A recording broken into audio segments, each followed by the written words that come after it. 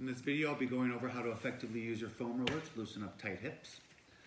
I first like to start with the glutes. So I'll put the foam roller at the top of my lower back, right where your glutes start. What you want to do is just cover half of the muscle first. So I'm going to do is roll down halfway down the glute and then come back up. The key here is to focus on your breathing. You want to make sure you're getting fresh oxygen being fed to the muscles. And as you're doing this, make sure you're not going too fast back and forth. You're not going to get the effect you're looking for. What we want to do is go nice and slow so we can kind of push some of that lactic acid out, massage the muscle. And to do that, we're going to need to go about 1 inch per second. Spend anywhere from 2 to 5 minutes on the muscle. You don't want to go too long because you can irritate it. Next, what we'll do is go to the bottom half of the glute. So now we're just going to work the bottom half.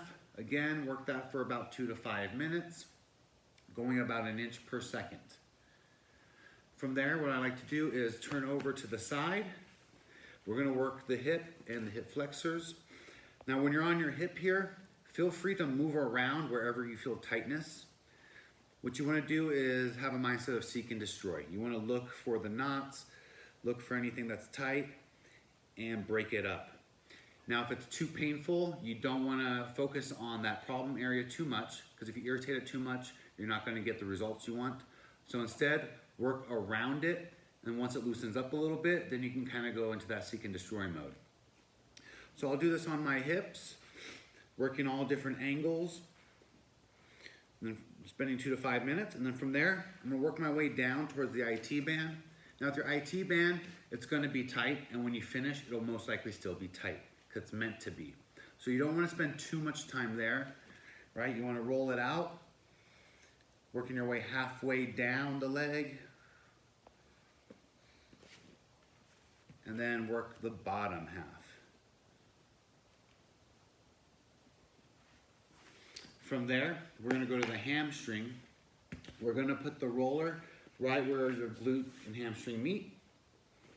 And we're going to cover just the top half of the hamstring. Feel free to turn in, turn out, hit any problem areas that are bothering you.